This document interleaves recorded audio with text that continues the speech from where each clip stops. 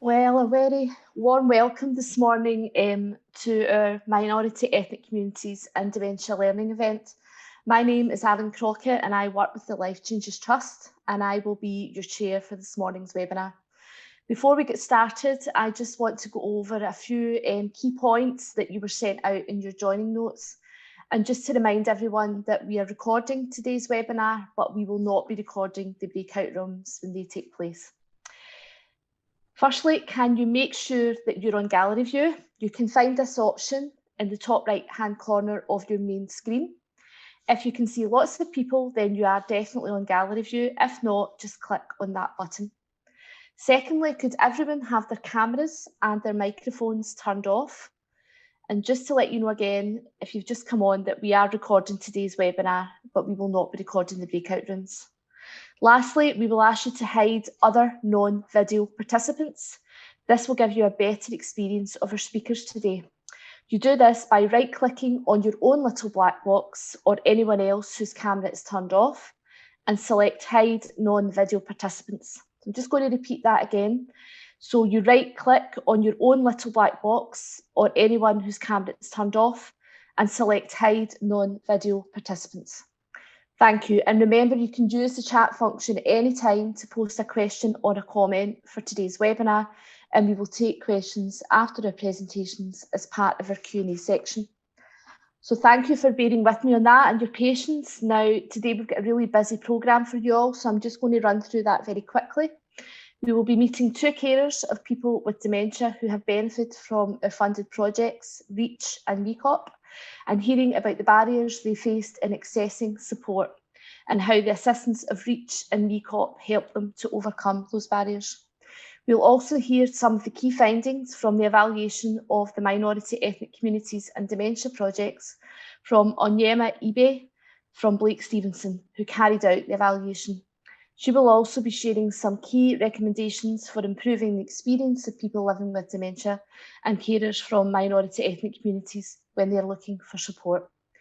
We'll hear from all of them as we go through the morning, and you'll have a chance to ask any questions, as I say, as part of the Q&A section. So make sure you post these in our chat function. But first, I'm afraid you're still going to hear a bit more from me. I'm going to give you a bit of an overview of how we came to this point, some of the background to the Life Changes Trust and our funding around minority ethnic communities. So many thanks to everyone for joining us today at this learning event. This is part of a series of thematic events to share learning from the independent evaluations of our funded projects. This morning, I'm going to spend the next 10 minutes or so talking about the Life Changes Trust, telling you about why we funded minority ethnic communities, and then talk briefly about our influence approach and some of the areas this learning will impact. I will finish with some key messages that lead us nicely into the main part of today's webinar, which focuses on learning through the lens of those who have been supported by some of the minority ethnic communities projects. The Life Changes Trust was set up by the Big Lottery, now the National Lottery Community Fund, to administer a £50 million endowment with a specific focus on three beneficiary groups: 25 million for young people with care experience and 25 million for people with dementia and the unpaid carers of people with dementia. The aim to invest in and support the empowerment and inclusion of these beneficiary groups. The first funding for the dementia programme went out in 2015, and since this time, the Trust has funded over 212 projects. For instance, dementia-friendly communities, rights-made real care homes, and Get Outdoors, to name but a few. This funding has directly supported over 19,500 people with dementia and just under 10,000 unpaid carers. So that's some of the background to the Life Changes Trust for those that maybe don't know much about us. But today we're going to focus on the funding for minority ethnic communities and dementia. We recently changed the name. It was formerly known as BME, and that was as a result of feedback from our planning partners who were supporting today's event. The funding aimed to support people from a variety of minority ethnic communities with a particular focus on people with dementia and unpaid carers, and to contribute to deeper learning about the needs of beneficiaries who are part of these communities to be shared more widely. As part of their priorities, the Trust made a commitment to increase understanding about the particular issues that people from certain protected characteristic groups may face when they are affected by dementia.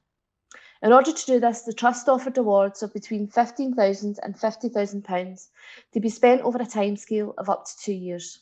Applicants were asked to be clear about the minority ethnic community they sought to reach, the dementia-related issues to be addressed, the human rights to be upheld, and how the project would directly benefit people with dementia and unpaid carers from minority ethnic communities in Scotland.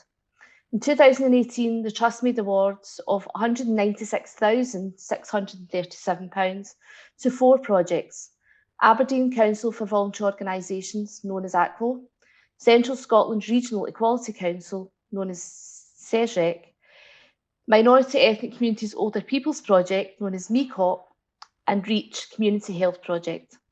Onyema from Blake Stevenson will say more about these projects and their work. So that's a little bit about the projects we have funded, but what are we doing with learning that comes from our funding and the evaluations that go alongside them? The Life Changer Trust not only commits to funding projects and programmes that support the empowerment and inclusion of beneficiaries, but to ensure that the learning from this is used to influence policy and practice now and in the future. We have an approach that is both collaborative and responsive, with a key focus on the evidence and the key messages from this. We do this in a number of ways: thematic events like today, where we involve evaluators, funded projects and beneficiaries in designing the programmes and how they want the learning to be shared. Regional events within health board areas, again planning and developing the programme with local stakeholders with a view to influencing local strategies and action plans. In June 2020, we published Dementia: A Whole Life Approach, a resource for creating better lives. This is a 500-page box set of valuable learning and information for people with dementia, unpaid carers, and anyone working in the area of dementia. The box set outlines the work funded by the Trust and the learning drawn from it and from other organisations in the field of dementia. This is currently on our website and will be updated to reflect learning as it emerges with a dedicated e-bulletin in the new year. We also respond to consultations and calls for evidence using the extensive evidence base we continue to build and present. And we build and present this evidence at online events to ensure it is shared more widely. There are also a number of policy and practice areas where we share all of our learning, and we will do so with the Minority Ethnic Communities projects in the evaluation by Blake Stevenson. There are many examples of how the evidence can influence, and this slide highlights some of the examples the Trust and other stakeholders have been and continue to engage in at the moment. The Programme for Government, launched in September 2020, describes approaches to improving outcomes for minority ethnic communities. One area the plan highlights that with John Smith Centre, Scottish Government will establish a Minority Ethnic Leadership and Development Programme, a 9-month professional and personal development programme for 50 Black and minority ethnic people from across Scotland. This is a good opportunity, but it's important that it is one that reflects the diversity and uniqueness of minority ethnic communities and the individuals within them. Within the same programme for government, and the independent review of adult social care was launched, with a very small timeline for consultation, actually by the end of November 2020. The Trust acted quickly to communicate with its network, provide a means for them to respond, as well as submitting their own response, called A Vision for a Whole Life Approach to Social Care in Scotland. We hope to share this on our website very soon. And as part of the evidence base presented in this response, minority ethnic communities is referenced, advising of the report published today, as well as today's webinar. Many of you will be aware that the 4th Dementia Strategy was due to be consulted on in the spring of this year. And obviously, due to the pandemic, it was stalled. In order to support the immediate issues and challenges the pandemic has posed for people with dementia and unpaid carers, the Scottish Government plans to launch a Dementia Recovery and Transition Plan. The discussion paper is currently out for consultation, and I know some Scottish Government colleagues join us today at this webinar. One of the questions posed focuses on equalities issues and highlights minority ethnic communities. The Trust has forwarded the evaluation report already from Blake Stevenson to the Dementia Policy Unit to contribute to this. There are 2 national forums connected to dementia policy that the Trust and many other stakeholders are represented on. the cross-party group on dementia, and the implementation and monitoring group for the dementia strategy. It has been raised more recently again about how well represented our protected characteristic groups are and what needs to be done to improve this. The Trust would be happy to connect anyone interested to the Secretariat for both forums to discuss this further. This is another forum that learning from the minority ethnic communities is shared more widely with. As part of our regional influencing work, the focus is on the evidence shaping the approach, the development and implementation of local dementia strategies. The evidence from today's webinar and the report from Blake Stevenson is no exception, and we will continue to connect IJBs and other decision makers to learning as it emerges and involve local projects in how we do this. And finally, and most importantly, is learning and how this reflects changes at a grassroots level. We all have a responsibility within our families, our communities, in the workplace and in how we do this. The tools produced by the minority ethnic communities, which will be shared in our post-event email, the Blake Stevenson report and the webinar will be accessible to us all and can be used to encourage conversations and progress plans. I invite you all to make change happen. Blake Stevenson will cover the evaluation in more detail and the recommendations from this, but I'd like to highlight some of the key messages we have identified as a trust that will inform our influencing plans now and as we move forward. There is no one size fits all. Each community is unique and we need to recognise what matters to them. Value the role that family and community play. Go to where communities gather with openness and respect. Engage community leaders from minority ethnic communities. Use the expertise that already exists. Value the importance of cultural connections. Provide accessible and appropriate information about what dementia is and how to manage it, for individuals and the communities they live in. I am sure these are relatable to you all in many ways. And as you experience today's webinar and listen to our speakers, I am confident you will form your own key messages. And so it's now time for me to move on and for the learning to be shared. Many thanks again for joining us at today's webinar. Everyone has worked really hard on this programme, and I'm sure you will find it an informative session as we move through the morning. We hope that it encourages you to share the evidence more widely and begin more conversations to making change happen. So I think that's enough from me just now, and I hope that's set the scene well for today's webinar. We're going to now hear from Amy Gill, who is the Dementia Link Worker at the REACH Community Health Project. REACH works with individuals and families from South Asian communities living with dementia in South Glasgow, primarily people from the Pakistani, Indian and Bangladeshi communities. Amy will talk about how she got involved with REACH and about some of the families she met as a dementia link worker. She also very kindly interviewed a carer she worked with, Bushera, who looks after her husband Mo, who has dementia. Amy and Bushera conversed in Punjabi and Urdu. At the request, the families' names have been changed, and in this film, Amy's role plays the interview with one of her volunteers, Mandeep, who speaks the words of Bushera. So over to you, Amy.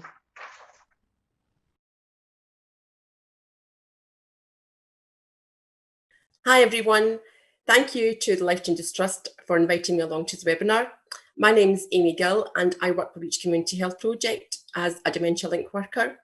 REACH has a range of different services and projects that are actually currently up and running, which seek to improve the mental health and well-being of the ethnic communities in Scotland. With the funding that was provided by the Life Changes Trust for a period of 18 months, we were able to establish our dementia-friendly group, working with the South Asian communities within the Glasgow area. To our knowledge, this project has actually been the first of its kind to be delivered in Scotland.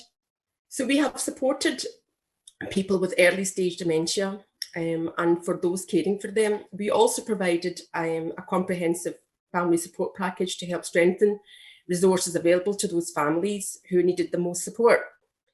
The group that we actually worked with consisted of 8 families. When engaging with the families, it also became apparent that it wasn't just about the person that had dementia themselves, it was actually creating a unit of support basically for the families as going along as time went on as well.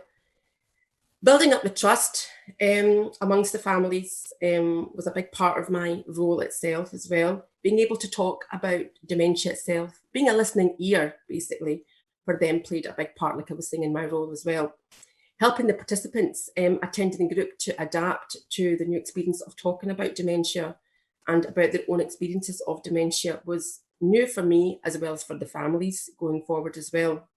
What I learned from the families when I actually went to visit them on a one-to-one basis, and the feedback that I actually got from each individual session as time went on, this actually helped me to actually engage with the families even more and actually helped me to plan activities for their sessions. We asked everyone how they were feeling before and after attending dementia-friendly groups as well. It was vital to get these things right for them and for myself to actually meet with the cultural needs that I was trying to address with the group as a whole as well. For example, being able to adapt to different cultures was very important. Even though we say that we're actually talking about the ethnic minorities group as a whole, but for in this instance, there was the South Asian community I was actually dealing with, but in this, there was actually a subgroup that was actually created within my large group as well. And I realised that sometimes after speaking Punjabi was not appropriate for everyone to listen to, and I was actually attending group as well. And sometimes I felt as well to explain Punjabi and Urdu, the different dialects that we had to use as well. And I had to think a bit of equivalent word in Urdu, because I speak Punjabi myself, to actually get families to understand. Some of the words that I used in Punjabi as well did not have the same meaning in Urdu. So it was a learning curve for myself as well. And as time went on, I heard on about, how to use different phrases and different meanings of different phrases as well, and talking to those that were actually using these different phrases and speech. Not only did I learn about addressing different culture needs through engaging with the families and through these sessions, it turned into a bit of a history lesson for myself as well, which took the people that were actually in the group a way back, thinking about how lives were for them before they actually moved from the native homeland to come to Scotland. So again, it informed me about what they had to go through, what their journeys were, and it became a bit of a storybook for our group. And we sort of turned into one big family. The participants that actually included that we've been working with during lockdown and throughout the pandemic, I've been keeping in touch in regular contact on a weekly basis, offering information and support by telephone as well. They've agreed to share their journey and let me record an interview with them, which I will be sharing in this event with yourselves as well. I always spoke Punjabi to the people that I was actually dealing with and families, and also this couple as well. But they spoke to myself back in Urdu. They're more at ease, I believe, as well, communicating in their own mother tongue. And in the interview, the carer actually opens up about her anxiety and how she's able to actually, go through the journey and have me the listening ear. And obviously to reassure her and her husband about what the group actually involved going forward as well. And prior to this as well, I visited the family a couple of occasions before lockdown as well. So they're obviously quite comfortable talking to myself in Punjabi. And they were actually talking about dispelling their fears about coming along to the group and the concerns that they had, obviously going forward, and about the fear of not knowing what's actually in the group. So trying to reassure them as I was meeting them, on a weekly basis, doing the home visits with them as well. So when I interviewed them, I spoke in Punjabi, as I always do, but the carer spoke back to me in Urdu as well. However, in the interview that you'll be about to watch is in English as well, is to protect the couple's identity, which is very important going forward, enabling the carer to speak up openly, and we agreed to translate the interview. So here you'll hear my colleagues' voices. My colleague and I roleplay interview in English. I play myself. A big thanks to my colleague Mandeep for helping and supporting me, who actually speaks the carer's words. And the carer and her husband also use pseudonyms for themselves as well. So on that basis, to introduce you to Bushra, who will talk about what living with dementia means for her and her husband, Mo, and about their experiences of coming into the group. Thank you. Hi, my name's Amy Gill, and I'd like to thank Uncle G and Auntie G for coming along to be interviewed today. I really appreciate it. Thank you very much. So we'll be asking a couple of questions to yourselves, Auntie G, to talk about the Reach Community Dementia Friendly Group. and start off with, again, like I was saying, thank you very much for attending the interview. So Andy, can you just ask first question, how did you hear about the dementia friendly group at the Reach Community Health Project? Well, thank you very much, first of all, for inviting me and my husband Mo along to attend this. Yes, we had visited our GP practice, and our nurse informed us about the service and gave me a flyer about the project. Okay, that's great, good stuff. Our second question, Andy G, it's more about what motivated you to actually attend the group. So can I just ask, what made you decide to attend the group in the first place? Well, I was very scared and very worried and concerned about my husband's health. And looking at the flyer in my mind, I had thought maybe attending the group may be able to change his mood, and that I may be able to meet new people, and that I can share my everyday experiences with them to alleviate some of my depressions away. In my mind, we were given a new opportunity to meet new people. Like I said before, it was a chance to share experiences. Good, great. Great. Thank you very much for sharing that. And you can just ask, did you both attend the group, the dementia friendly group? Yeah, well, we both attended the group. Amy, you visited our house 3 times. Yep, to offer and give as much information on the project as you could, all in Punjabi. Although I speak Urdu, I understood your Punjabi, Amy, to help us understand it, and gave me and my husband much support as you could to persuade us to attend, leaving the door open for us both to attend, and not just my husband, as I was scared to leave him by himself. Did you feel a bit more relaxed leaving your husband then, like obviously after you'd actually engaged in our session? Yes, when I found that he was very comfortable with the volunteers, and he, took part in activities and he was more happy, then yeah, I did feel comfortable. Good stuff, great. Okay, so Angie, you can just move on to the next question, please, as well. So, Angie, how did you feel before you attended the first session? Well, before I attended, I was very depressed, upset and sad, and I felt I was getting myself down. I looked at my husband's health and how he had become so detached from me, and this got me even more upset and distressed. Right, okay. Okay, thank you very much again for sharing that, Andy, with ourselves. Moving on to our next question, Andy, how did you feel after you attended your first session at Reach Community Health Project?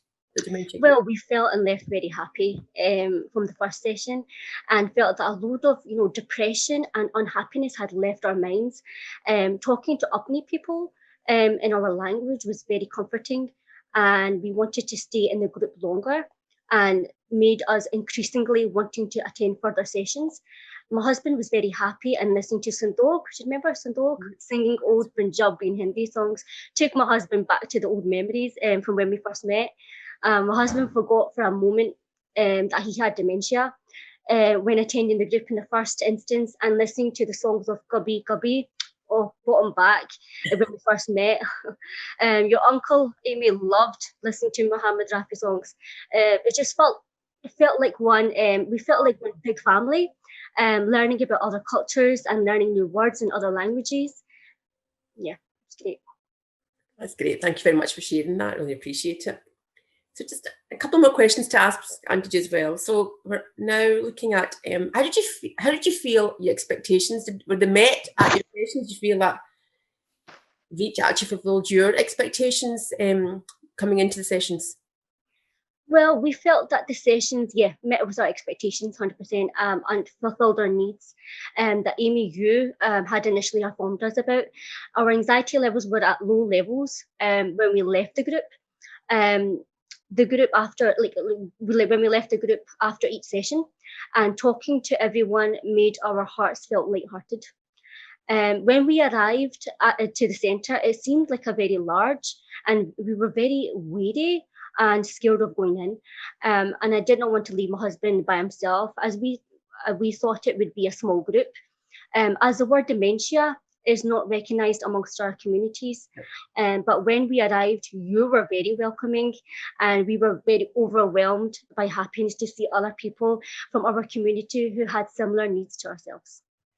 That's great. Thank you very much for sharing that. it's obviously very warming listening to what you're saying as well, you know, going forward as well. So just a couple more questions, Angie, before you actually wrap up the short session that we're actually interviewing you for as well. So Angie, how long did you attend the dementia friendly group before the pandemic? Well, I think we attended the centre at least 15 to 20 times before lockdown. We missed the people that me and my husband made friends with. But Amy, you have been keeping in touch by phone and have sourced us some iPads. We will be able to meet each other again, which is really good. Yeah, the whole idea is to actually connect again through the iPads, through a virtual.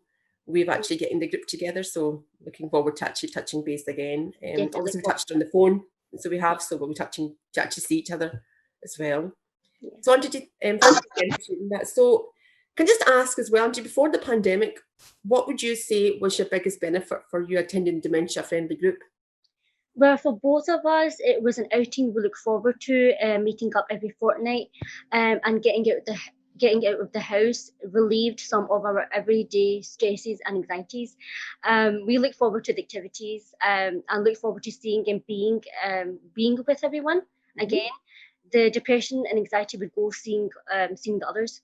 My husband Mo felt less agitated when attending the sessions as time went on, and I could leave him with one of the volunteers to do his own thing. As all the staff spoke Punjabi and Urdu, which we understood, it was so easy to communicate, and he could be doing an activity with one of the volunteers, putting my mind at ease and releasing some of the tension I was experiencing as a carer. Looking at my husband, I just felt really happy. Oh, that's great. Thank you very much for sharing that. So, Angie, did you just obviously a couple more questions to go through?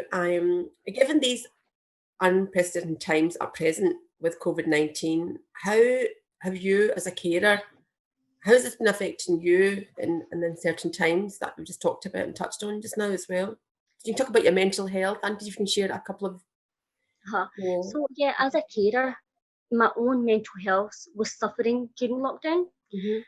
Mo couldn't even explain to me what he was going through. I felt I was on my own with no support apart from a listening ear from you at Reach. My heart did want to speak. My heart just did not want to speak to anyone. You know, I put all my focus and attention into my husband, Mo, and in these unprecedented times, thinking I'm doing enough, but actually forgetting about my own self and getting myself even more depressed. Yeah, understand that. Part as well, Angie. Thank you very much for sharing that. Angie, just a couple of questions before we come to end the session. So, Angie, just let me ask: if Reach Community Health Project was not there, it was not in existence, where would you have gone to source out additional support for yourself and for your husband? Well, if Reach had not been there, I think for myself, I would have been more depressed, alongside my husband. I don't know of any other ethnic groups that support us in the way that Reach and you do, Amy. We had no food at some point. We did not know what food bank parcels were. You explained that you could assist us in getting one for us, helping us also get white goods. Amy, you listened, you know, and you spoke the language, which helped us to get the right support. You're so nice to talk to, you know, just talking to you alleviates, man, some of my anxieties. And you also gave me, remember the short-term goals? Yeah. To work on with my husband. I phone you nearly every week. And you also phone me every 2 weeks, which is great, to ask how we're getting on. So thank you very much for that. No problem. You're more than welcome. It's good to chat. That's the main thing. That's the main purpose as well. So, Angie, you can just ask as well. Obviously, we're under lockdown just now, but looking ahead, when we get an opportunity to go back to the centre, what sort of, would you like? Do you make any changes to the service provision? Any changes to activities? Can you suggest any examples if you have any as well to go forward with? Well, after lockdown, obviously we want to come back. We want to go back to see the Bollywood films. We want to see everyone again and do our outings to the museum like we did before, and be comfortable. You know, just generally to know some people that understand our culture and language. And lastly, to obviously see my husband Mo smile again. Obviously, it was the first time doing a jigsaw, that he did a jigsaw and a painting. You know, it was just lovely, and to see that he did that for the first time and he really enjoyed it. So we'd definitely like to do that again. Great stuff. Thank you very, very much. I really appreciate for sharing your story with ourselves today, and I thank you very much from Reach Community Health Project. Thank you. That's absolutely fine, Amy. Thank you very much. Please No let me know if you would like any more information. I'm more than happy to help. No problem. Thank you. That's great. Thank you. Well, many thanks to Reach and to Amy for explaining so well the introduction of that presentation about the role that the dementia link worker plays for family, the relationship, the importance of that, the reassurance and keeping people connected. It was really good to see and really, you know, I think a lot of impact around the importance of language for the family as well, and feeling comfortable and safe in the knowledge that they have that support there. I'd also like to thank Mandeep for playing that role for us in order for this event to be part of that conversation and to speak the words of Bushera. And many thanks to Bushera herself for allowing us to use the experience of her and her husband Mo to inform and influence the learning for today's event. So what a great start, everyone. So we're now going to hear a wee bit more from our funded projects, or about the work of our funded projects, looking at their journeys so far. With all of our projects, once we have issued funding at the Life Changes Trust, we also commission an evaluation, and our minority, ethnic communities and dementia funding was no exception. Blake Stevenson was commissioned to carry out this work, and the report looks at the approach of each of the 4 projects, where they face barriers in supporting their local communities and how, and if these barriers were overcome. We'll now hear from Onyema Ibe from Blake Stevenson on some of the key findings from the evaluation, and a little later this morning, she will also be sharing some recommendations for improving the experiences of people living with dementia from ethnic minority communities when they are looking for support. So over to you, Onyema. Good morning, everyone. My name's Onyema Ibe, and I'm part of the team that were asked by the Trust to evaluate the work of the dementia projects that we're working and focusing on supporting minority ethnic communities. And I'd like to talk a little bit about some of the research that we carried out and what we found. So we've already heard from some of the work carried out by Reach, and I'm just going to remind you about the 4 funded projects. In the north, Aberdeen Council of Voluntary Organisations, ACVO, targeted their funding on developing and producing toolkits, one to assist the European ethnic minority community and the other for those providing dementia services. In Lothian, the Minority Ethnic Carers of Older People project, MECOPP, focused its funded work on awareness raising amongst the Cantonese-speaking Chinese community and providing intensive support to some individuals with a dementia diagnosis or suspected to be living with dementia. In Glasgow, as we've heard, Reach supported individuals and families from the South Asian community through the dementia-friendly group and dedicated support to some families from a dementia link worker. And in Forth Valley, Central Scotland Regional Equality Council, or CESREC, worked on awareness raising about dementia amongst a wide range of minority ethnic communities across their area, and also worked with dementia service providers to understand how to make their services more inclusive. So what were we asked to do? The Trust asked us to look at the work of the 4 projects and consider what they'd done, how they carried that work out, what had been achieved and what had been learnt. And we did this by looking at the data that was gathered, speaking to the project staff and volunteers, talking to those people who had used the service from a minority ethnic community, and also those people and organisations that had been helped by the project, either through referrals or supporting or building their awareness. What did we find? Well, we found that there was increased engagement for working with people from minority ethnic communities. 3 of the projects worked with individuals, families or community organisations to provide intensive support or guidance. Reach, as we've heard, had the dementia-friendly group, and they also undertook home visits and telephone support to some families through the work of the link worker. In MECOPP, the dementia support worker guided individuals and their families through the dementia diagnostic process, attending GP appointments, assessments and other appointments to provide language and emotional support. In CESREC, their project engaged with a wide range of minority ethnic community groups in order to raise awareness and increase understanding of the barriers that communities faced when accessing services. We also found that there was increased awareness and opportunities to challenge perceptions of dementia within communities. All 4 projects delivered awareness-raising activities to help address some of those misconceptions and reduce the stigma about dementia amongst communities. ACFO developed a toolkit that provided general advice and practical guidance and local information about services for people affected by dementia. The resource is available in Polish, Russian, Spanish and English, which reflects their focus on European minority ethnic communities in Aberdeen.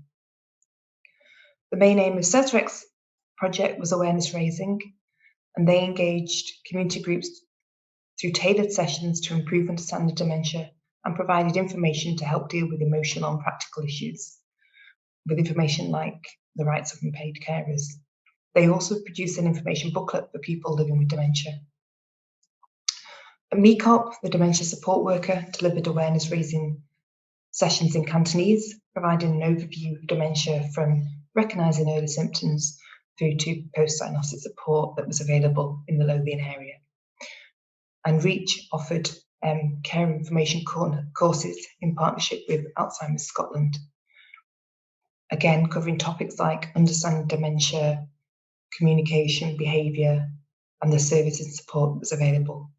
So across the 4 projects, there was a real increase in awareness of dementia within the communities. We also found that the work of the projects increased the number of culturally relevant services. The projects delivered new services that were relevant for the people and the communities that they were supporting, and produced resources to help others to do this. So ACFO, we've talked about the toolkit for communities, but they also produced a toolkit for practitioners to help them to deliver dementia services that can more effectively support people from minority ethnic communities. At MECOPP, the dementia support worker provided a language and emotional support service to those individuals and families from the Cantonese-speaking Chinese community, so that the services then became more accessible and more culturally relevant for those people that she was supporting. At Reach, the link worker also improved the service that some families accessed by the intensive support that she provided. And at CESREC, that project built strong relationships with a wide range of support services across the Forth Valley area, liaising with them to share information on how to best tailor their dementia services to reduce the barriers for people from minority ethnic communities. We also found plenty of information about what the needs are and what the issues are in terms of accessing services and general awareness about dementia. Each of the 4 projects documented the challenges faced by the people that they supported, and this is summarised in the report and looks at those barriers and challenges at each stage in the dementia pathway. At pre-diagnosis, there are a number of common challenges, which included those that relate to the communities themselves around reluctance to acknowledge dementia and the symptoms, concerns about people knowing about the condition, and a general mistrust of the health service. A diagnosis stage, a GP and hospital settings rarely provided language assistance so that individuals couldn't fully engage and the discussion about their health. And even when interpreters were available, there was often a gap in understanding between what was simply interpreted but not necessarily explained.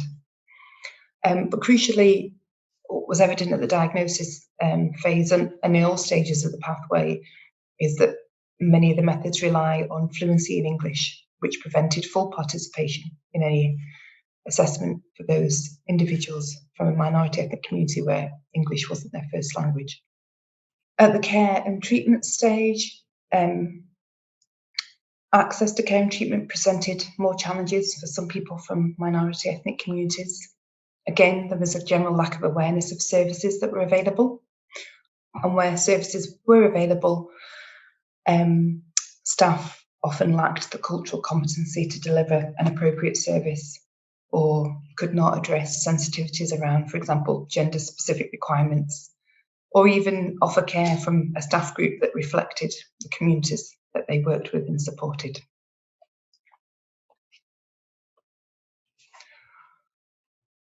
Once diagnosed, everyone is entitled to post-diagnostic support.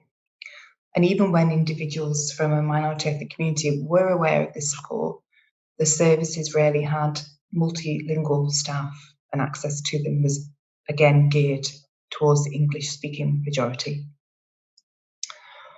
So the evaluation highlighted plenty of learning, plenty of opportunities, and the development of an increase in services that were available for certain communities in those areas where the projects were working. And later on, we'll talk about how that has informed the recommendations in the evaluation report. Thank you. Many thanks, Onyema, for giving that presentation and talking a bit about the work of the funded projects through the life of the evaluation. I think it's quite interesting to see the range of support and resources that these projects have provided through the life of the funding, and how that provides a real legacy to the work and improves and shares that learning going forward. And I think we'll hear even more about that in our breakout sessions and also through the recommendations that will be shared by Onyema later on this morning. So now we're going to hear from MECOPP. Now, before I do an introduction to that, can I just remind people to post any comments or questions in the chat function so that we have what we need for the Q&A session later on. So Chai Sin Chai Mei is a 2-year dementia project which aims to increase the Chinese community's knowledge and understanding of dementia. Suzanne Chong, who is the project worker, provides information, advice and support to people who are in the process of being diagnosed with dementia or who have a pre-existing condition, and to unpaid carers. Mr. Fung, who was diagnosed with dementia in 2015, gradually lost his mobility in 2017. Every morning, Mrs. Fung washed and dressed Mr. Fung and then moved him downstairs to the living room. She did this without any training in moving and handling. Mrs. Fung hurt her arm at the end of 2017 and was in pain, and then in 2018, Mr. Fung had a mini stroke and went into hospital. Mr. and Mrs. Fung were referred to the project when he was discharged. In the past 2 years, Suzanne has given Mrs. Fung Chinese reading material that gives her a better idea about looking after someone with dementia. She arranged an occupational therapy assessment which led to a home care service for Mr. Fung, as well as a home improvement grant to create a bedroom and a shower room on the ground floor of their house for Mr. Fung to use. Suzanne also applied for a disabled parking bay to ensure the home care assistants can park when visiting Mr. Fung. Today, Mrs. Fung's arm is recovered from the pain, and she has said Mr. Fung looks happier as the home care assistants provide the stimulation he needs. Suzanne's interview with Mrs. Fung was conducted on the telephone, as the family requested not to be visually identified. As Mrs. Fung speaks Cantonese predominantly, the interview was carried out in Cantonese. So what you will see is a recording of the telephone conversation in Cantonese with English subtitles. Thank you. 咁你都照顧咗咁多年啦嚇，即係由2015年到而家都成5年時間啦。咁中間嗰段時間，你照顧先生嘅方法同埋知識係喺邊度獲得嘅咧？都冇話咩知識嘅，我自己係咁樣，佢咁樣，即係佢咁樣發生嘅就我咁樣照顧咯。但係佢好似一路咁退化啊嘛，佢初初識行嘅，咁佢自己識自理啊，識沖涼啊，識食飯啊，咁一路退化啦就唔識行啦。咁初初咧，佢慢慢咧，我哋擺喺張凳度咧，佢自己都用隻手慢慢去餵佢自己食。咁我哋初初俾個碗佢唔識啦，後尾俾個碟，又俾個匙羹佢。慢慢佢直情都唔識啦，而家要餵咯。就早期嗰時佢喺樓上住噶嘛，我即係我個屋有2層嘛，佢喺樓上住嘅，咁我咪帶佢去慢慢即係扶住佢去廁所同佢洗面啊、沖涼啊，都跌過啦。佢喺嗰隻巴房度，因為我唔夠水嚟，因為嗰隻巴房滑啊嘛。咁後來嗰啲 O.C. 嚟同佢話：佢你咁啊好天長啊，好危險啊！啦嘛，佢又俾張凳嗰啲凳佢擺個巴缸面嗰度，俾佢咁啊，佢可以嗰張凳可以移啊嘛，移到佢俾佢入去沖涼，咁咪安全啲咯。又有俾個嗰啲咩咧，嗰啲廁所啲凳佢啊，咁佢佢大小便啊，咁樣就又安全啲咯。如果唔係咧，我要用個身嚟捲住佢嚟去大小便。同埋有時佢着衫咧，我又係好辛苦噶，我要成個人同佢又要同佢換片啊嘛，同佢壓片噶嘛，佢壓咗片好多年噶啦，佢即係自己失禁唔識得去大小便，咁我要成個身頂住佢嚟壓片喎，又驚佢跌落去好重喎。所以咪整到我即係個身成個身都好痛咯。嗱，咁比較起咧一啲即係識得講流利英語嘅照顧者啦吓，咁你作為一個以廣東話為主要溝通語言嘅照顧者，你覺得你面對嘅困難係啲乜嘢嘢咧？唉，都好辛苦噶，因為有時咧，我哋有時溝通咧，好在咧。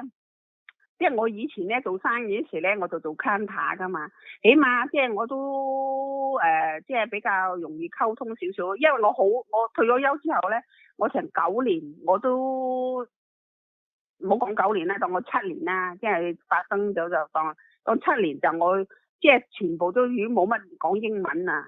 咁後期咧就初啲 carer 嚟咧，我有時都覺得有啲即係比較難同佢哋溝通啊。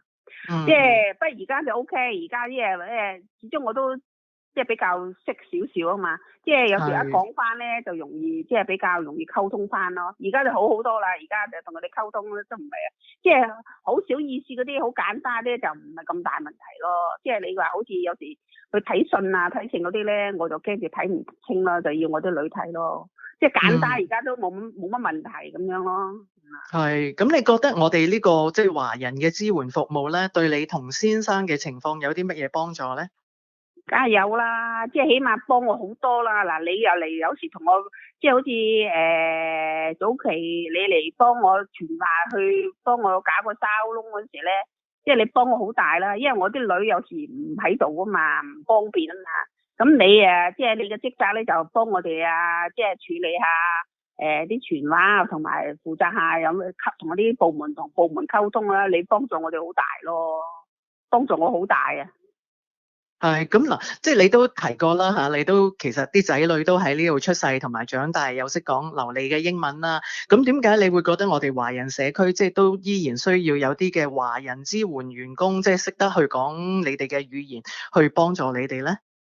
有時咧，即係喺呢度本地出世嗰啲細路仔咧，雖然咧佢哋英語好啫，但我啲仔，我2個女咧都可以講中文，但係佢有時有啲佢唔識得同我溝通㗎。佢哋識英文，但係有時嗰啲未必識同我溝通中文㗎。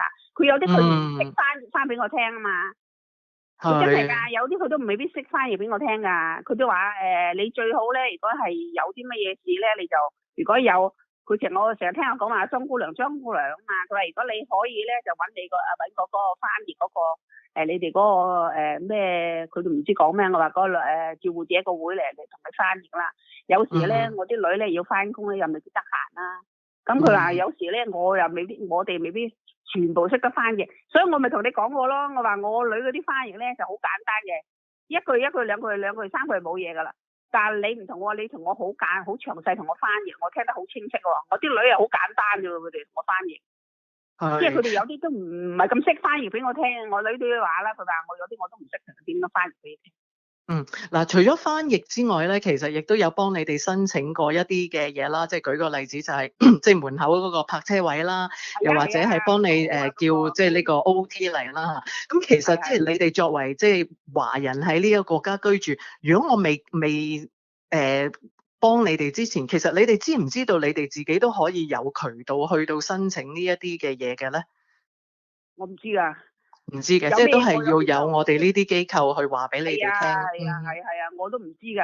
因為或者有時我啲女有時都唔知㗎嘛。因為有時啲政府啲服務啊，我啲女未必知嘅啦。即係你哋呢啲係即係屬於係差唔多係社工咁上下啦，係嘛？你哋係咪叫支援人員嚇？支援人員，所以咧你哋啲好多咧有啲支援嘅知識咧，比我啲女清晰好多啊嘛。即係你哋又可能又快好多啦。我申請出邊嗰個泊車嗰個位置，我女都申請唔到，都唔得，所以我咪嗰次咪嗌你再同我 review 下咯，睇下得唔得啦。咁求其咪得咯，而家咪泊到咯，快好多添啊！咁以你所知啦，即係喺愛丁堡或者係路芙恩區嘅華人啦，如果佢哋需要尋求一啲嘅支援嘅話，咁佢哋平時通常會係點樣做咧？我聽佢哋啲朋友講，佢哋好多時都係揾你哋照顧者咯。即係你哋有好多啲服務咧，都係可以幫到佢哋咯。好似佢哋有時即係要 order 啲咩啲藥物啦，或者 order 其他啲嘢，我見佢哋都係好多時都係揾你哋部門啲同事幫㗎喎。係，即係其實愛丁堡或者路芙恩區係已經冇其他講廣東話嘅語言服務，所以你哋就一定要揾照顧者中心，係咪啊？應該係啊，我都唔係咁清晰啊呢啲，即係因為我自己好少接觸啊嘛。我都係聽我啲朋友咁講，佢哋好多時佢哋即係有需要幫咧，有啲好多都即係啲長者都唔係咁識英語啦。佢哋有時候 order 藥物啦，有時候 order 啲自己啲健康啲嘢，啲護尿片啊咁嗰啲其他啲嘢，佢哋都係咁樣。我見佢哋都話要打電話去揾你哋嗰啲同事嚟幫佢哋 order 啲嘢啊咁。係，咁頭先你都提過啦，即係啲長者啦，即係年紀大嘅一輩嘅華人咧，佢哋都唔係咁識得英文，即係其實點解會係咁樣嘅咧？即係佢哋嚟英國之前有冇學過英文咧，或者嚟到之後有冇學英文咧？佢哋應該係好多，即係一般嚟講咧，以前啲長者好多都喺中國嚟噶啦，有啲係香港嚟，老一輩啲長者邊度有學英文㗎？我哋嗰次嗰啲，即係以我哋啲年紀嘅時期，都有好多都唔識㗎啦，唔識英文。不過讀書寫字咧，啲好多都識。英文嗰啲咧，以前香港讀書有時好多未必有英文讀啊嘛。英文我哋覺得好似好難讀㗎嘛，以前。係，即係你哋嗰個年代嘅時候學英文係覺得好困難嘅。係啊，好難讀㗎。但係中文字咧，我哋一定要讀嘛，一定要識寫啊嘛。即係好似我哋寫中文睇中文就冇乜問題咯。你話即係睇英文同埋寫英文啊，更加難添。咁但係嚟到嘅時候，即係政府都好，我聽聞好似喺80、90年代係有一啲嘅英語班俾移民嚟呢度嘅人嘅。咁當時其實你哋有冇去上過英文班咧？即係因為始終你移民咗嚟，你都要去識呢度嘅語言㗎嘛。係啊，我有學過，我學過幾個月啫，不過啲好簡單嗰啲咯。不過學下有時都後來都唔記得咗，即係可能我哋而家喺度住得耐啦，你慢慢咧有時候學下聽下咁啊，簡單都聽到啲咯。即係你話睇同埋寫梗係唔係咁容易啦。即係有時你聽下咧，講下咧就比較容易上口啲咯，即係講出嚟。但係你寫同埋睇咧就勉勉強強都可以睇幾個嘅，但係你寫就肯定好難。我寫肯定得。係，咁同埋係咪嗰陣時有好多人都係需要工作，所以係冇時間去上英文班咧？應該係，多數都係㗎啦。好多早期啲好多啲細路啲小朋友都俾嗰啲西人咧，即係照顧㗎啦，個個都要做嘢啦。即係有時初嚟啲家庭咧，就比較需要即係一啲咩咯錢啊或者置業啊咁咯，就如果你即係夫婦一齊出去做工咧，就比較容易，即係啲錢財就容易即係可以處理啊，或者去買屋買鋪啊，咁啲小朋友多數都係拎去俾人睇咯。即係當時嗰啲嘅華人多數都係即係用佢哋嘅時間去做嘢揾錢，希望有更好嘅生活，而唔係以去學英文為首位嘅。我諗應該會係咁樣啦。即係一般嚟講咧，英語咧即係都係第二個語言咯。佢最主要即係都係一般，好似做嘢全部都係同咗中國人噶啦。咁你如果西人嘅就或者有好多人都啲朋友啊都係咁幫咯。我先生嗰時都幫好多噶啦，因為我先生識英文啊嘛，識寫識睇啊嘛，咁咪有時啲朋友嚟幫，嗌佢幫下睇下書信啊，有時去辦啲事啊，咁我先生咪幫咯。嗱，所以有時呢啲咧就係朋友同朋友幫忙咯，咁樣咯。係，咁如果要嗱，你即係你自己本身係即係有照顧李先生，佢係有認知障礙症啦。咁如果你覺得要改善華人認知障礙症患者同埋佢哋嘅即係照顧者嘅生活嘅話，你覺得政府同埋社福機構係有啲乜嘢嘢可以做到咧？或者有啲乜嘢需要做咧？我諗啊，應該係都係要有人幫我哋咯。如果唔係真係，我哋覺得好似即係好似冇乜求助咁樣啊。有時嗰陣時我照顧我先生成日，我都覺得好似自己都好似即係難聽啲嗰啲，覺得自己好似好凄涼咁樣。係。真係好似覺得自己嗱，雖然話有女有成啫，但啲女要自己有家庭有成啦，咪樣樣都係我自己一個人做。我覺得有時自己覺得哇，好似好辛苦咁樣咯。所以咪一定要你哋啲政府啊，同埋你哋啲即係嗰啲會啊，咁要啲幫助我哋。如果唔係你哋幫助我哋，同埋唔係政府幫助我哋，我而家邊度有咁舒服啊？起碼我又有 carer 啦。又有即係政府有資助下我先生啦，咁我即係我生活唔使擔心啦，而且我先生有人照顧，咁住有啲 carer 照顧，咁我自己本身我自己又舒服好多。你係咪話真係需要資源同埋需要你哋幫助啊？係啦，咁其實即係亦都有一啲西人嘅即係講英文嘅支援人員啦。咁你覺得講英文嘅支援人員對你嘅幫助大唔大咧？或者有冇幫助咧？點樣講咯？點樣？定你覺得都係需要有一個識講你語言嘅人去幫手咧？係需要一個好似你咁嘅識得同我哋溝通嘅幫手咯。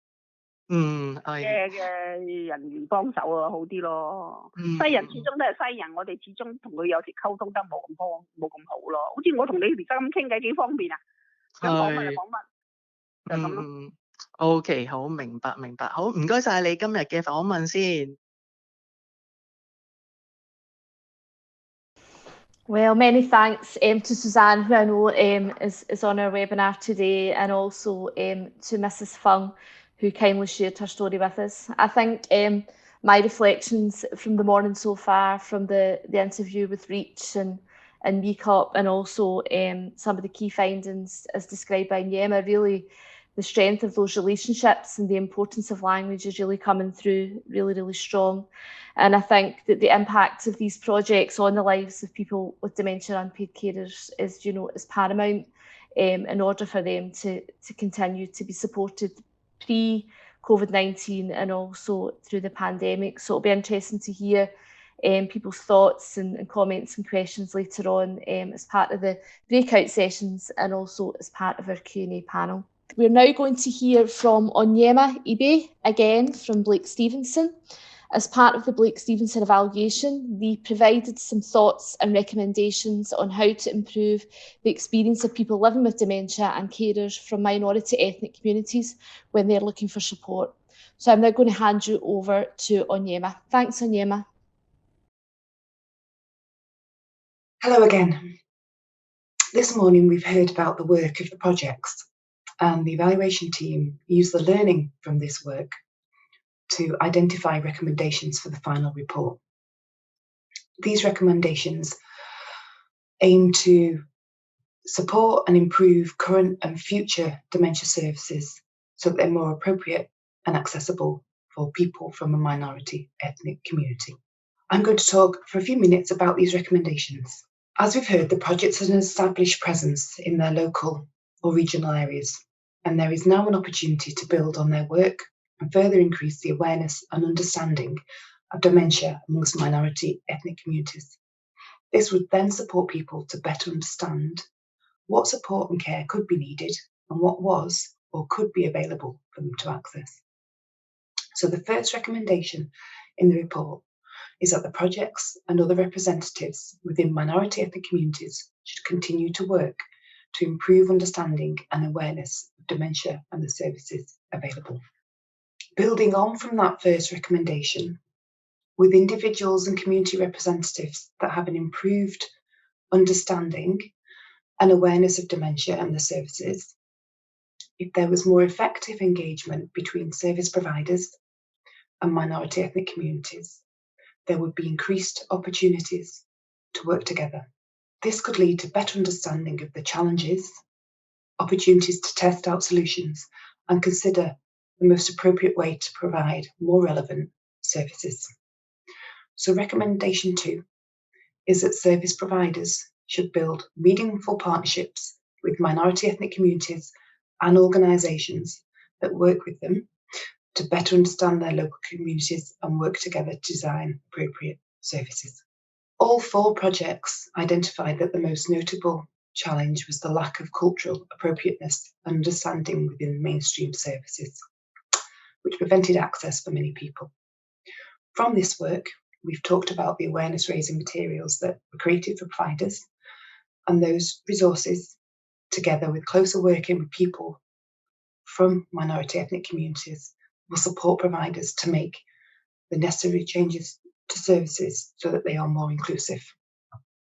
The third recommendation in this report is that diagnosis services and care providers should improve the cultural competence of staff and volunteers so that the services they provide to minority ethnic people living with dementia are culturally sensitive and appropriate.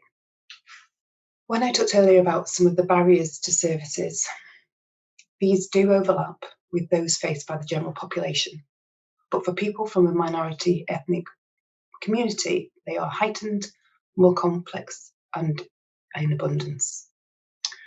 We've heard about some of those today, examples like language barriers, misperceptions, inaccurate translations, and lack of cultural awareness.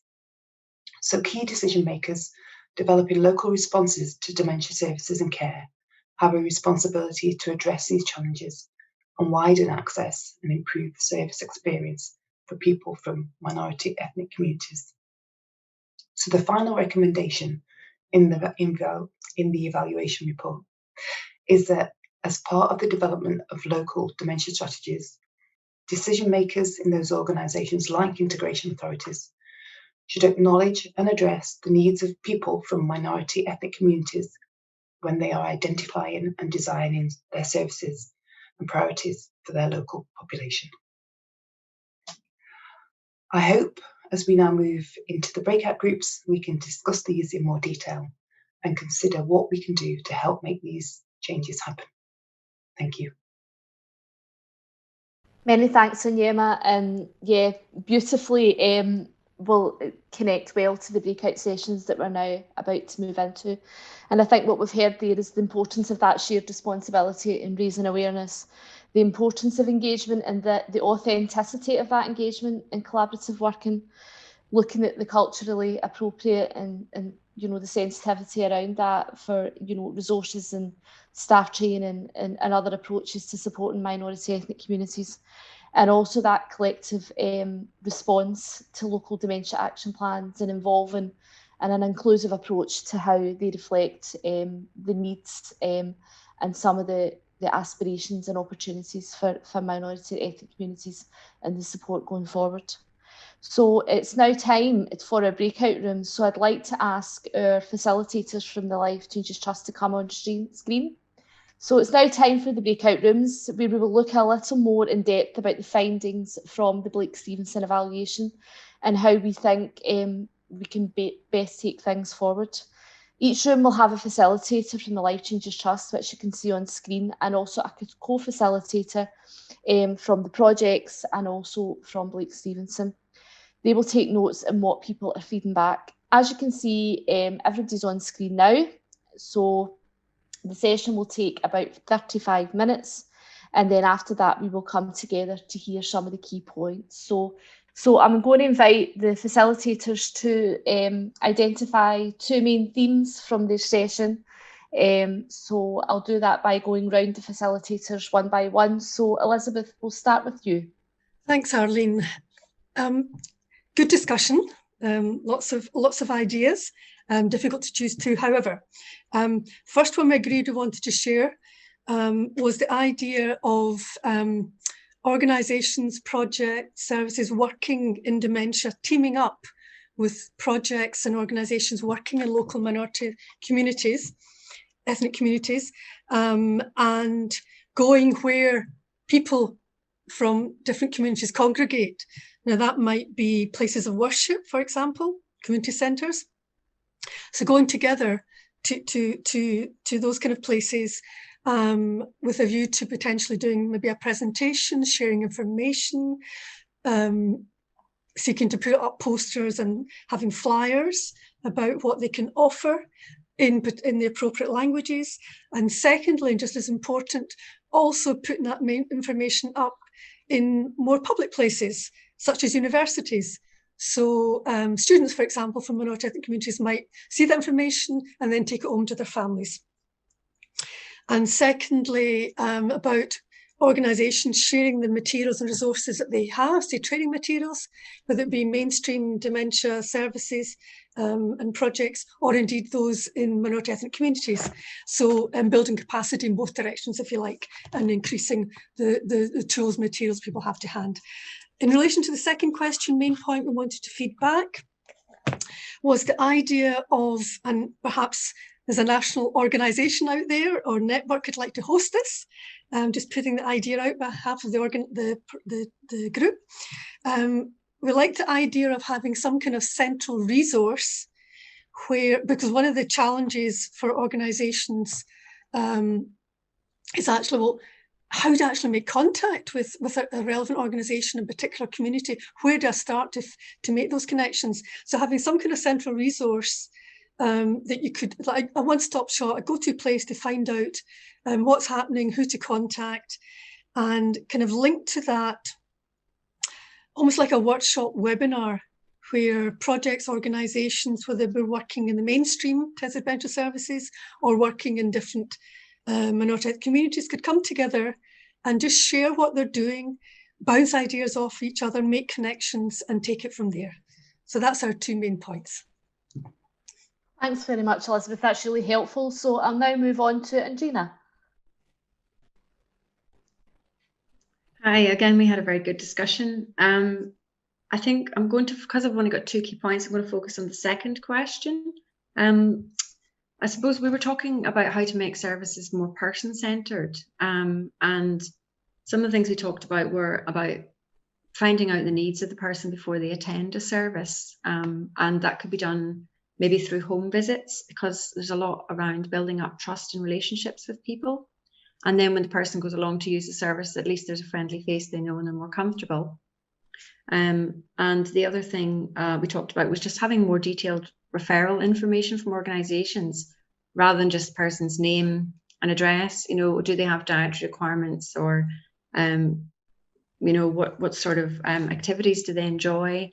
You know, what sort of language would they prefer to be spoken to in, and just having a bit more detail around those referrals, so that when someone turns up, you know, those things aren't available to them, and then that maybe deters people from using services. We talked about service providers and actually how they're really willing to listen to, you know, what the needs are, but there's a lack of understanding about what the barriers and challenges are. And when they're told what they are, then they are quite keen to go and change their policies or change the way that they're working. It's just that there's a lack of awareness of what those barriers are. but we also talked about the fact that that really needs to be at a more strategic level, at Scottish Government level. Things need to be more inclusive from the top down. And some of that as well led on to talking about training and how maybe training should be mandatory. For example, NHS have got equalities and diversity training, but is that available in all social care and dementia services? And also it needs to be separated out, so it's not just one big equalities section. It needs to be about race and religion and gender. And the other thing that we talked about in terms of training, which is lacking for minority ethnic communities, is around anticipatory grief and also in bereavement.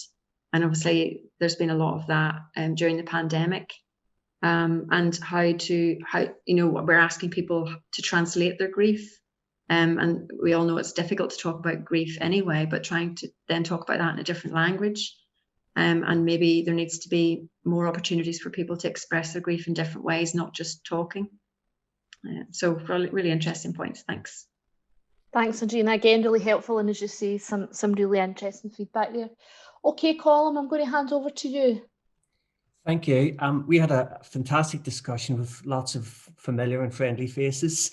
The two main points that I kind of want to talk about was that acknowledgement from organisations and funders and service providers and all those sorts of organisations that are not currently doing enough to meaningfully engage with people from minority ethnic communities. And I think even within the discussion, there was 3 or 4 of us, the Trust included, that acknowledged that really we were just making those first steps towards sort of increasing our knowledge.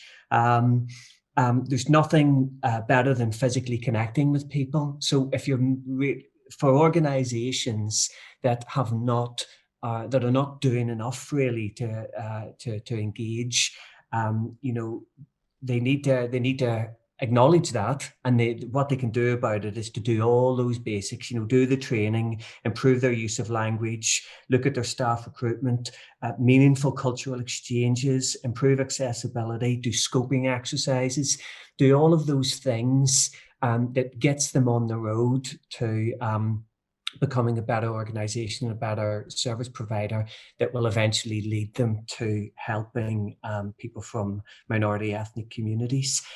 We drew some parallels with the funding program that we did with the LGBT communities. And one of the successes of that was to try and address the invisibility of people. And I think certainly with a lot of the people that the minority ethnic projects work with, that was the biggest challenge, is that people felt invisible, they weren't engaging with services. So there are some, it really spin back to my previous point about organizations needing to be proactive for a long time. And of course, all this, as evidence builds up and as good practice builds up, makes it a little bit easier for people to get the vital and necessary funding to do all this work. Many thanks, Colin. Again, interesting and some really good points around, the fact that this is about the long-term, relationship and connection that services and others need to have, rather than looking for things to happen very quickly. So thanks very much, Colin. Charlie, do you want to share some of the key themes from your session? Sure, thanks very much. Also, yeah, we had a great discussion and discussed a lot of different ideas. But for the first question, we sort of mentioned about having more community-based initiatives, engaging with ethnic minority communities such as daycare centres, and more sessions with these communities. What came out of this was that awareness and services, awareness raising and services need to work in tandem. So it's all very well just having awareness sessions about dementia, but then there has to be some sort of support in the background there, because otherwise it just doesn't really work. We also discussed, which is an interesting point, about the sort of responsibility on both sides. So the services have to engage, but also Shabir, who was in my discussion group, was mentioning that ethnic minority communities has some sort of responsibility to engage as well with, if they can, with services. On point 2, sort of similar to what Elizabeth and Gina were talking about, having kind of sort of representation at higher strategic level. There was talk of some sort of ethnic minority policy within the Scottish Government strategy. There was also discussion around an interesting point kind of about the environment that sort of, I suppose, services are running, that there was the point of being that there has to be that connection with other people from those communities. And I thought that was a very valid point. Another interesting point was about having to kind of, there was an idea that the groups had to kind of go out and actively find representation from ethnic minority communities. And I suppose that kind of goes to Elizabeth's point about that there would be good if there was a sort of a one-stop shop area for both sort of services and minority communities to engage with each other. So that was kind of two main points that we had. So thanks very much. Thank you, Charlie. And finally, Fiona, if you want to share some of the key themes from your session. Thank you. On the first question, there was an emphasis on the importance of reaching out to younger people in minority ethnic communities as well as to the older people, given that they might be becoming carers in the future, or they might start to be experiencing symptoms of dementia themselves. And when developing new resources, there was a lady from Scottish Ballet in our group describing how they were developing some new resources and the importance of connecting with organisations that are already working with minority ethnic communities at the very earliest point to make sure that those resources can be as culturally appropriate as possible right from the very beginning. And the second question, we had a discussion very similar to the point that Elizabeth raised. So whether you are in a tiny town, in a rural area, or a big city, it can be really hard to know who else is already out there working with the same people that you are aiming to help. And there was talk of an information hub, perhaps at a regional level, excuse me, just to make sure that what's being offered could enhance rather than compete with other offers in the area. Thank you. Many thanks, Fiona. So yeah, lots of information there that will help to influence some of the learning going forward. And I'm sure many on the webinar will be busily writing a lot of these key points down. So very much a thank you to the facilitators for framing that so well. So I'd like to say thank you and a farewell to our facilitators just now. And it's now time for our Q&A session. So I'd like to invite our panel to join me on screen now if they can. So that's Iman, Suzanne, Shabir and Onyema. Welcome everyone. Hiya. Good to see you all. Hi there. So I'm going to maybe just take a couple of minutes to ask you all to introduce yourself to the people that are part of the webinar today. So Shabir, would you like to start? Yes, thanks, Arlene. My name is Shabir Bande. I work for REACH Community Health Project as the director of REACH, but indeed as a charity, I'm involved in every part of the projects that exist at the same time. Thanks, Shabir. Okay, Iman, would you like to introduce yourself? Hello everyone, my name is Iman Hani. I'm from the Central Scotland Regional Equality Council, or CESREC, and I'm the lead person for the Dementia and Care in Our Communities project, which was funded by the Life Changes Trust. Thanks, Iman. And Suzanne, now over to you. My name is Suzanne Chong. I'm a Chinese demand support worker of MECOPP's GMA project. Thanks, Suzanne. And Onyema, last but not least, would you like to introduce yourself? Hi, I'm Onyema Eby. I work at Blake Stevenson and I led the evaluation team. Thanks, everyone. Okay, so we'll get started with this Q&A session. So we've got a few questions that have come through already. So we'll just kick off with our first question. So, does the panel feel there is a role for students who are fluent in the languages discussed today as part of the webinar for minority ethnic communities to help enable people like Mrs. Fung, for example. So that might be in a volunteer role or as part of maybe a student placement for a health and social care course. So a role for students. Suzanne, we'll maybe start with you, given that the example was connected with Mrs. Fung.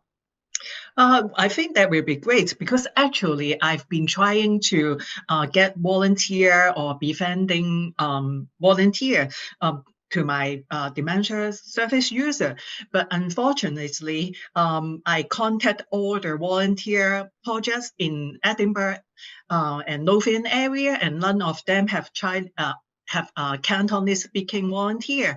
And that's so if there are students, they can speak Cantonese, then I think it will be very helpful, even just to have a chat with our service user. I think that will cheer their lives up. Good. Thanks, Suzanne. Shabir, do you want to add to that and your experience? Yeah, I believe, yes, indeed, students and young people have a major role to play.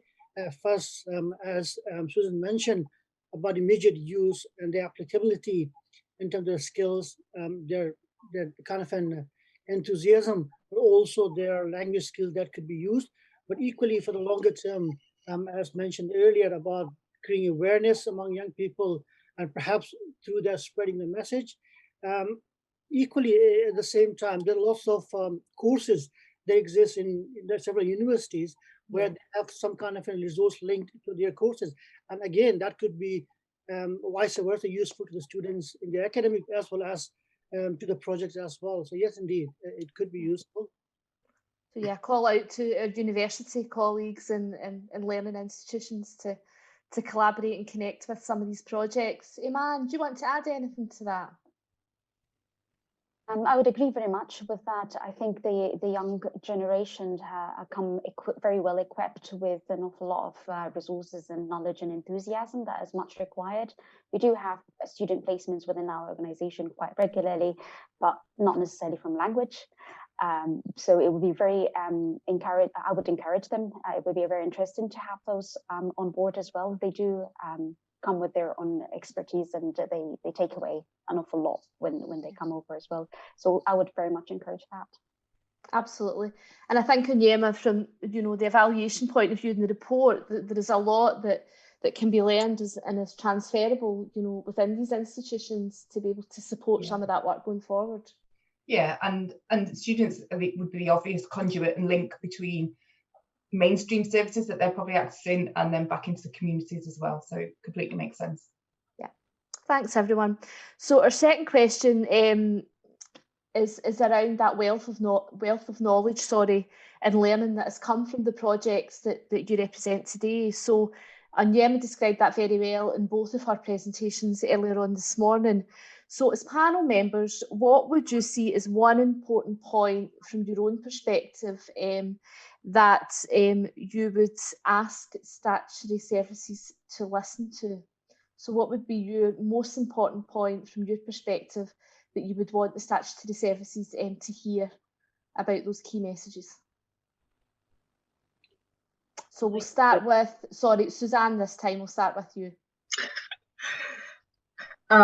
Well, I think the most important thing is still the language, right? Because a lot of people in our community, they don't speak much English, right? So yeah, and I think in the past, because Hong Kong's returned to China in 1997, and after that, there were a lot of Hong Kong people migrate to this country, and we are really lack of Cantonese speaking worker working in the social care sector and also the health sector. So I think we really need some language support in providing the service. Thank you. Iman, what do you think around your perspective? I would very much focus on the barriers and the challenges. I will highlight that absolutely everywhere I go. I will keep identifying them and I'll keep sharing them. And I think one of the points that came from the discussion groups and what was also shared earlier was how important it is to make the equality training a mandate for service providers, because unless it comes from the top down approach, it's not an awful lot of interest would come. People won't volunteer to want to know about how to become more inclusive.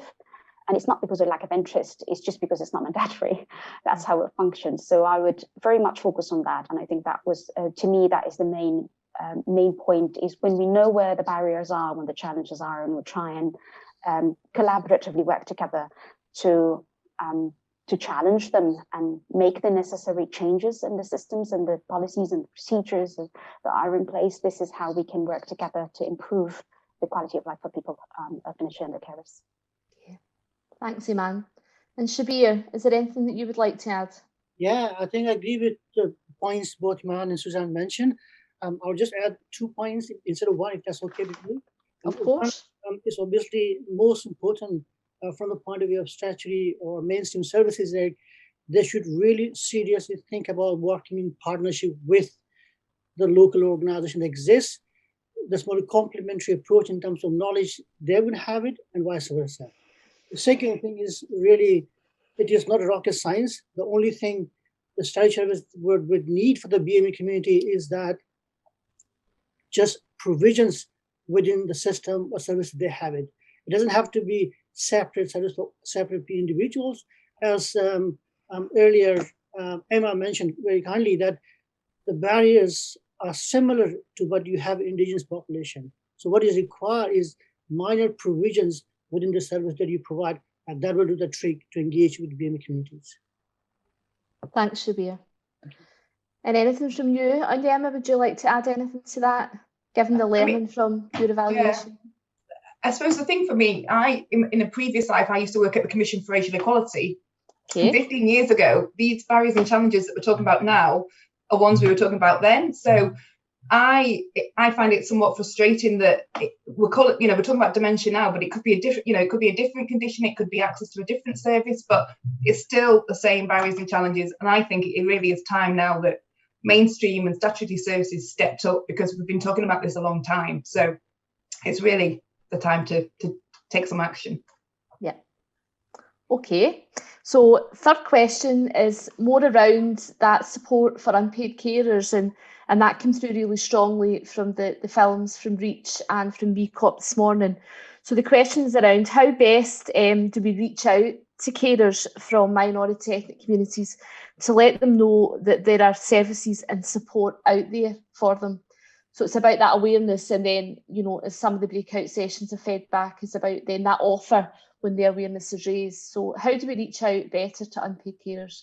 So we'll start with you, Iman, this time. I think one of the most important factors for carers is actually the identification of carers. In many communities, the carers are taken for granted. Being part of the family, that's your job.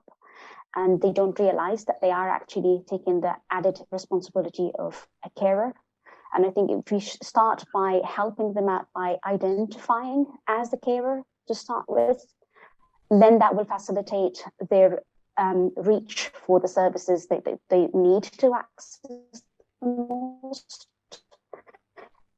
So that's where I would start. I would start with identification of carers, making it right out there, and make sure that the understanding of that is quite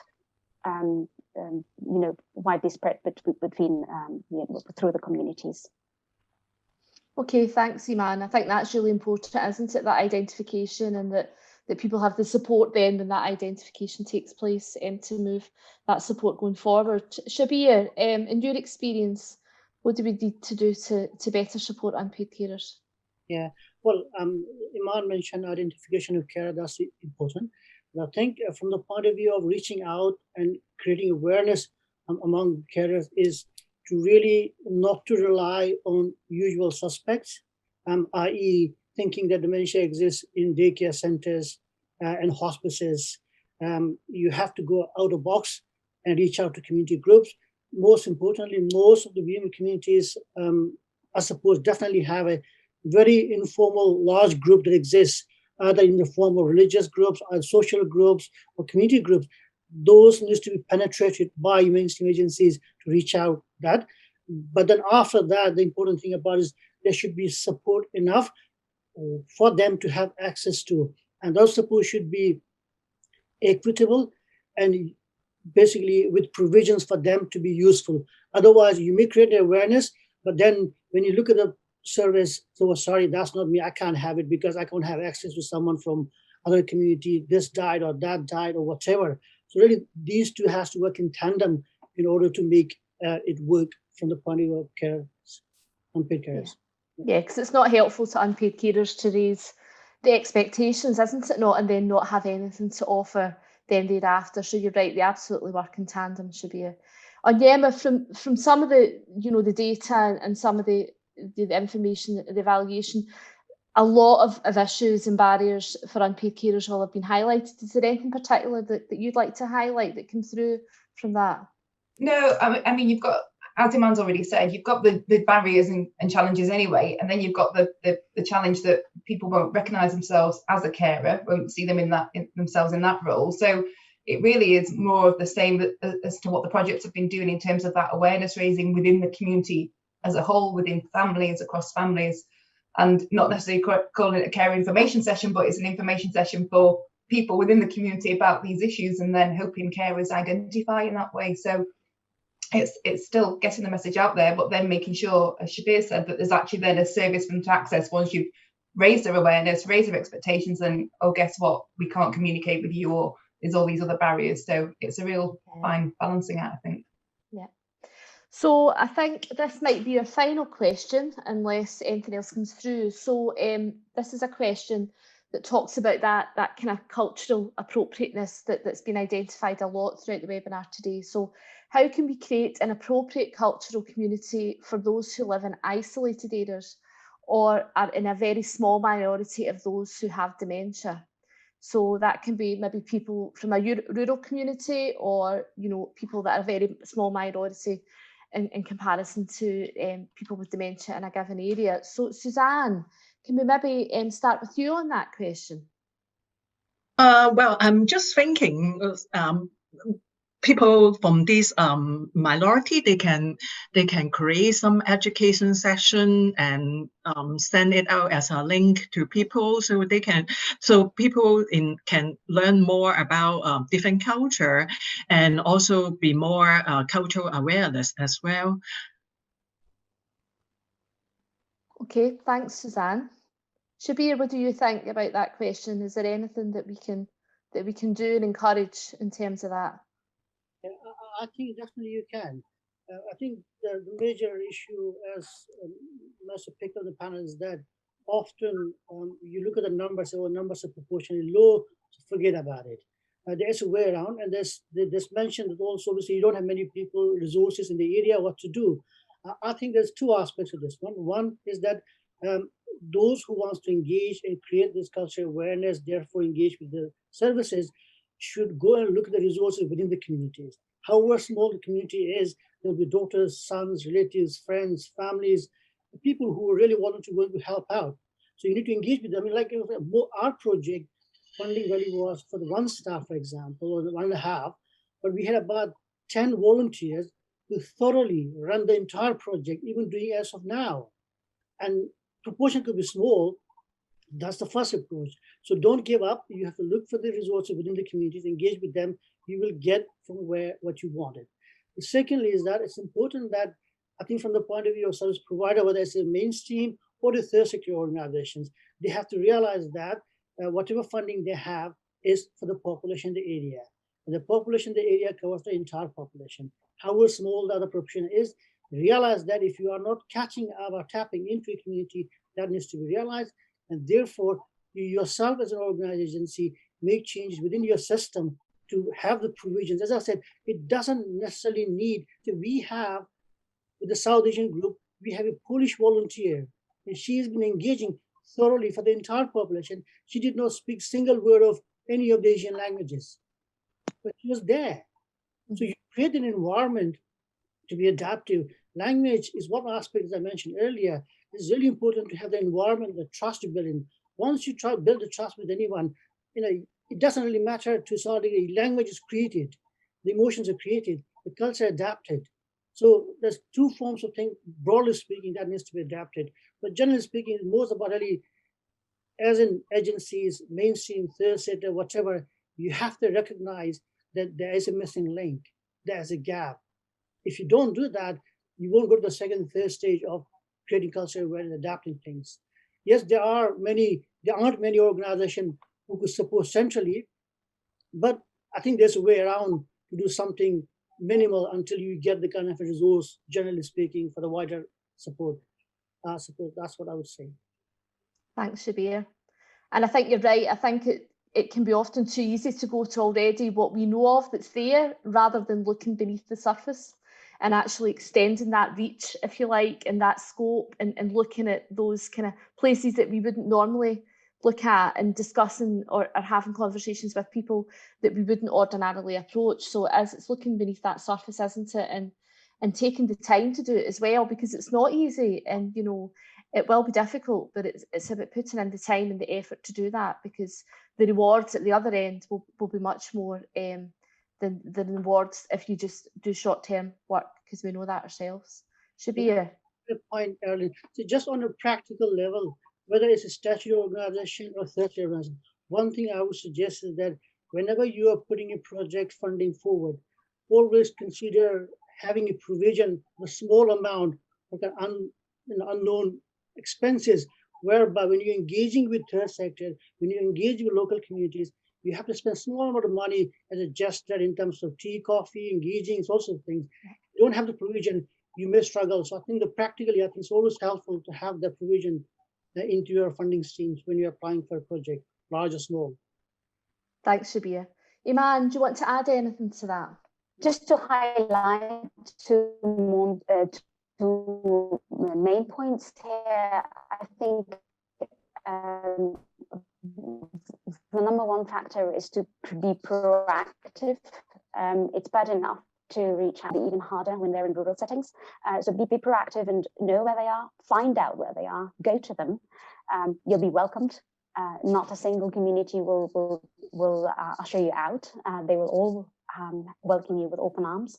And the second point is exactly what Shabir was saying. Language, although being an integral part of any communication, it's only one part of communication.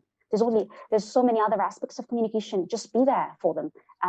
There is always your body language. There's always, you can be welcoming and inclusive of others, even if you don't speak the same language. And we know that from experience. We know that from all the work that we do collaboratively together. So these are the two main points I would say, especially in rural settings and with ethnic minorities. Just be proactive, and it's not just all about language. Communication has got an awful lot more to it than just language. Absolutely, man. And just one comment from people in the webinar is that health and social care staff, volunteers, people that are engaged should be given protected time if they want to research and engage with other providers. There is a worry that those with good intentions may not be given the time and their work to create an environment that we've discussed. So it's really, really important that people are given that time and that it's protected and they get to have a quality experience in relation to that. So thanks very much. That was from Maxine, and I think we've got a comment as well from Jim Brown. Just again, what you said on Yema around statutory services stepping up, experience, and despite the existence of the Carers Act, for example, the word statutory being placed in front of the words for staff training often carries very little weight. So it is very much about, the stepping up, looking at everybody's involvement in a collective ownership for that moving forward, because, statutory, and as Jim has said, it sometimes doesn't carry the weight that it should. So it's about everybody having that collective responsibility and taking that forward. And as you say about Scottish Government and others who develop that policy and practice, really thinking about and taking on board the learning, because it is, it is there, it is a conversation that we've been having for a long time, but it's now about starting that new conversation and trying to take some of that work forward. So I don't think we've got anything else for the panel. From what I can see, nothing has come up. So I just want to say a huge thank you to you all for taking the time to be on the panel today. Shabir, have you got something else you want to add? Yeah, I really want to thank Life Changes Trust for taking the initiative of starting a project for dementia and ethnicity. Trust me, I've been working for the last 15 years with the BME communities in Scotland. There has never been a single piece of work like this that has happened for dementia and ethnicity in Scotland, first. Secondly, I remember when Colm first had a meeting with Colm in the first instance, he came to me and he had 2 pages of PowerPoint presentation as an evidence of a need for the project to be initiative. That was from London. Now, from there, what we have today is a huge achievement for all of us. And I believe it's really important now for all of us to pull together as a partnership to make this report viable, productive, and make a difference in the policy that exists at the government level, national level, local level, and try to really work positively, work in future together in whatever form or shape that may be. So really, I really fully appreciate what you've done, because we struggle in mental health, we struggle in employability, and dementia, you take an initiative. So I think, yeah. So really from Reach, from all of us, to be honest, thank you for this initiative. And I think because of you, you've got a trigger on that point now, the catalyst that could be, turned into a very good piece of work for future.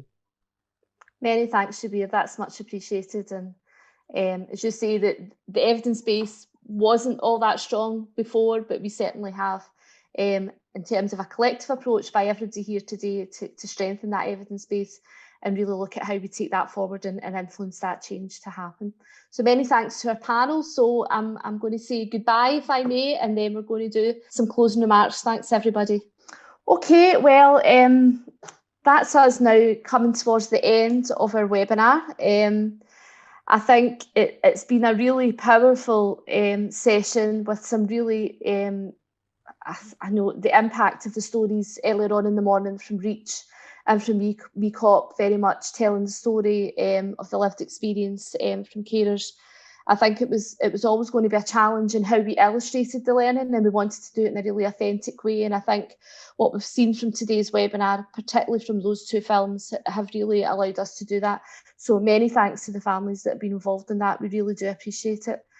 It has, illustrated a lot of what we know already, and Onyema said that very briefly there in the panel session. But what we do have an opportunity to do is to then restart those conversations and really influence change going forward. As Shabir has illustrated as well, we now have another very strong evidence base from the perspectives and the learning in Scotland from minority ethnic communities, and all we can do now is build on that and really start to have those conversations, both at a government level, but also at the IGB level for local dementia strategies. And then, as I said earlier on in my introduction, about how we continue to grow and strengthen awareness at a community level as well. It's been a real pleasure today to chair this, and I hope everyone has enjoyed it and will take away some of the learning from today. I would like to thank all of our speakers today, Onyema, Ibi, Amy Gill, Mandeep and Bushera, Suzanne Chong and Mrs. Fung, and to panellists Iman and Shabir, as well as others that have been involved in that as well. I want to thank the Trust, the Life Changes Trust facilitators, and those co-facilitators that supported the breakout sessions from the Minority Ethnic Communities projects and from Blake Stevenson. We will email everyone with a link to the report that Onyema presented, the findings and recommendations from this morning. And we will also be posting a link to the recording of this webinar today in the next coming days. We will also post information on our social media channels if you're connected to that, and also through our monthly e-bulletin. And finally, a massive thanks to everybody who has registered for today's webinar and who has taken part through comments, through questions, and also through their participation in the breakout sessions. And I want to just say, enjoy the rest of your day and goodbye from the Life Changes Trust. Thank you.